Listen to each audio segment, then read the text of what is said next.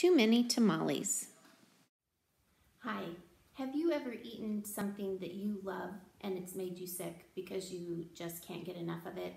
Well, the kids in Too Many Tamales like tamales, but they're eating them for a different reason than just because they love them.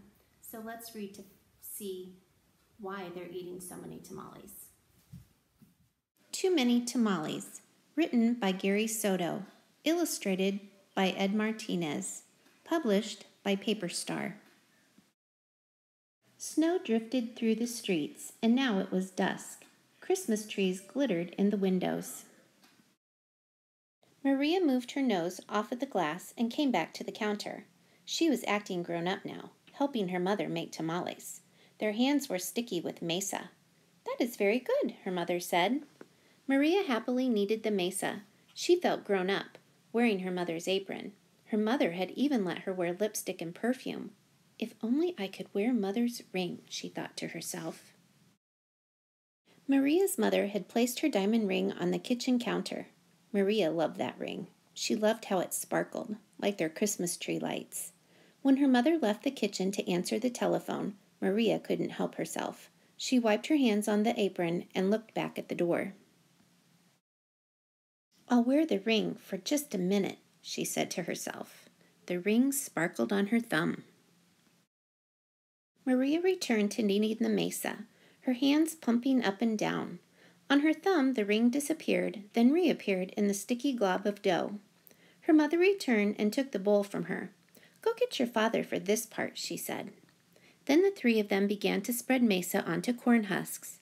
Maria's father helped by plopping a spoonful of meat in the center and folding the husk. He then placed them in a large pot on the stove. They made 24 tamales as the windows grew white with delicious smelling curls of steam. A few hours later, the family came over with armfuls of bright presents. Her grandparents, her uncle and aunt, and her cousins Dolores, Teresa, and Danny.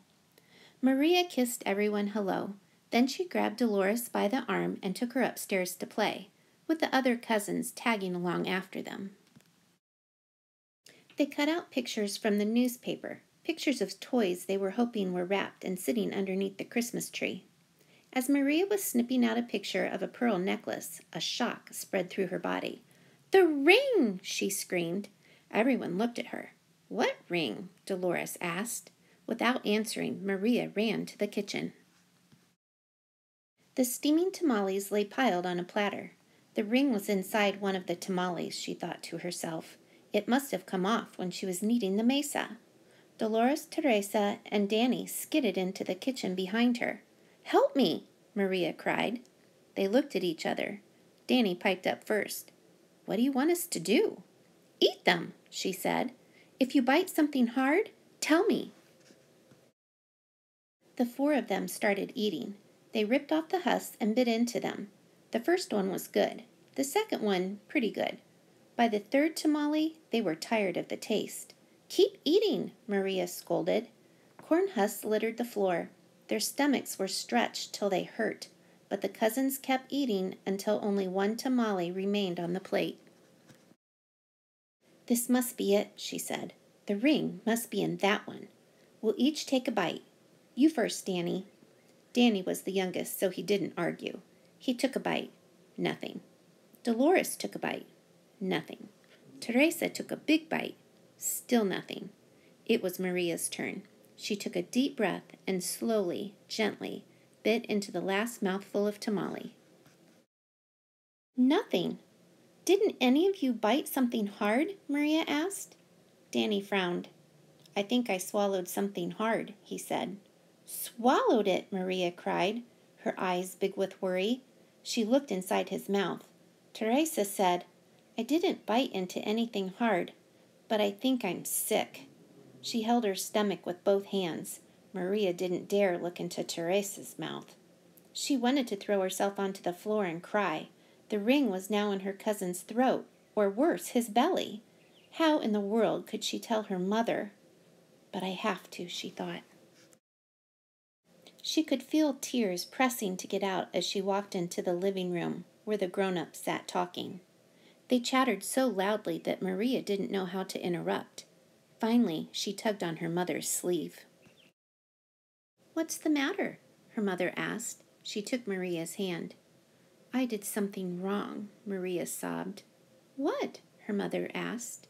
Maria thought about the beautiful ring that was now sitting inside Danny's belly and got ready to confess. Then she gasped. The ring was on her mother's finger, bright as ever. "The ring!" Maria nearly screamed. Maria's mother scraped off a flake of dried mesa. "You were playing with it?" she said, smiling gently. "I wanted to wear it," Maria said, looking down at the rug. Then she told them all about how they'd eaten the tamales. Her mother moved the ring a little on her finger. It winked a silvery light. Maria looked up and Aunt Rosa winked at her too. "Well, it looks like we'll have to cook up another batch of tamales," Rosa said cheerfully. Maria held her full stomach as everyone filed into the kitchen, joking and laughing. At first, she still felt like crying as she kneaded a great bowl of mesa next to Aunt Rosa. As she pumped her hands up and down, a leftover tear fell from her eyelashes into the bowl and just for a second rested on her finger, sparkling like a jewel. Then Rosa nudged her with her elbow and said, "Hey, Nina, it's not so bad. Everyone knows that the second batch of tamales always tastes better than the first, right?" When Dolores, Teresa, and Danny heard that from the other side of the room, they let off a moan the size of 24 tamales. Then Maria couldn't help herself. She laughed, and pretty soon everyone else was laughing, including her mother. And when Maria put her hands back into the bowl of mesa, the leftover tear was gone. I hope that you enjoyed the book, Too Many Tamales. Have a great day.